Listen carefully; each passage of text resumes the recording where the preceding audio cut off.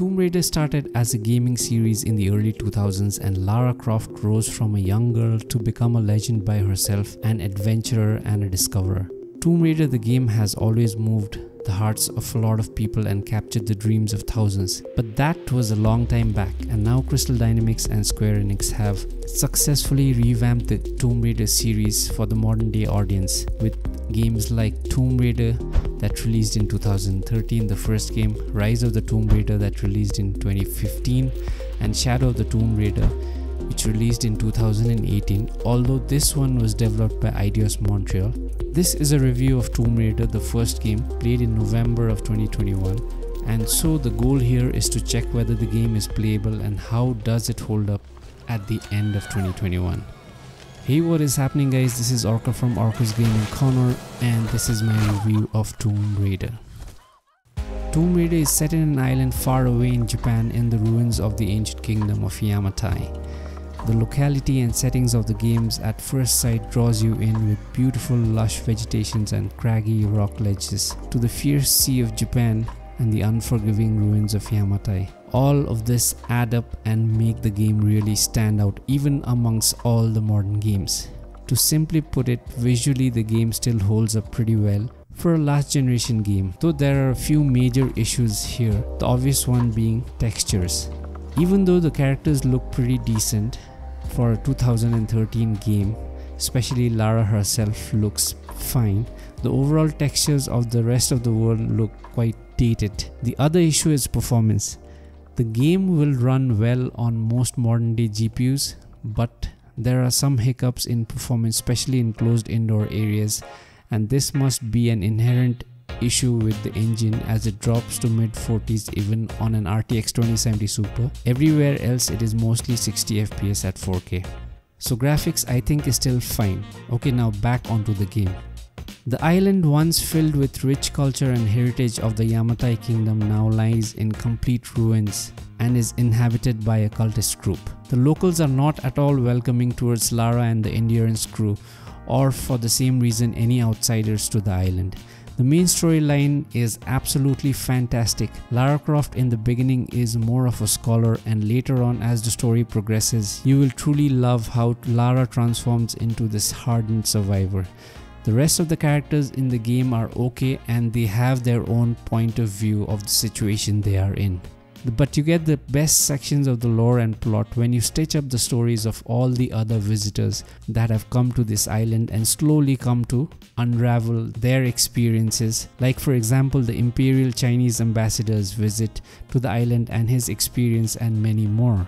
As per ancient Japanese and Chinese historical texts, there was a queen ruler by the name of Himiko who was known as the Sun Child or the Sun Goddess in the 3rd century AD. And ruled all over the kingdom of Yamatai. Square Enix has used this legend and added a bit of fiction to make the story more enticing, and it truly does wonders. So if you're in it for the story and the adventure, Tomb Raider is still a fantastic game in 2021 and will remain so for many more years. Now let's talk a bit about the gameplay. Gameplay is versatile with engaging close combat thrills to stealthy long-range combat. Whether you are in melee combat dodging through the enemy's hits and counter-attacking, or piling up bodies with headshots with a bow from a distance, the combat is thrilling and rewarding. The gore and blood in the game is just perfect, and the combat moves combined with the truly fantastic set action pieces make a great spectacle to watch. Tomb Raider never lets you feel like the combat is repetitive, even though it is to some extent. The game simply melds the real-time combat and the set-piece action sequence so cleverly you will hardly feel bored or complain. You get a couple of weapons, amongst which the bow and arrow was my favorite, but that could change depending on the gameplay style. I mean, somebody could always go in completely melee, or someone could use guns. So you have guns and shotguns and sidearms. Weapons can be upgraded, but of course not like in modern day games where there are so many upgrades and so many different skins and so many different weapons that half of the entire game is about weapons. The other thing here is that there are no true boss fights in this game. However, I don't think every game needs to have boss fights though, so it's completely fine. There is a small but efficient skill system which you need to upgrade, and the perks that you receive also enhance your gameplay experience a lot. So the skill system actually made a lot of sense to me. Then other than that, for adventure seekers, we have trinkets and items, ancient items to find. Of course, you're going into a tomb, so that kind of stuff is also there. I generally felt that the combat and the gameplay was not that repetitive, because I think the whole game is pretty short, as in you could finish it on an average in 12 to 15 hours. I played at my own leisure and finished the game within 25 hours, but it can be done, of course, in a much short time. The best thing about Tomb Raider is that the game never slows down, hence never feels like a drag. Having said all that, there are a lot of QuickTime moments, and I wish those were lesser in number.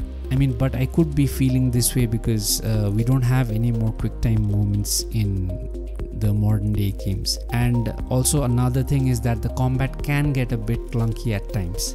But all in all, if I were to rate this game out of 10, I would still give it a 9, with a few graphical glitches, texture issues here and there. Everything else is pretty fine. With more than 15 hours of solid gameplay, somewhat beautiful visuals in 2021, this game is still a good game to play in 2021. The action-adventure genre has come a long way, and the Tomb Raider games are at the top amongst the best. The best one-liner to explain it all would be an unforgettable experience.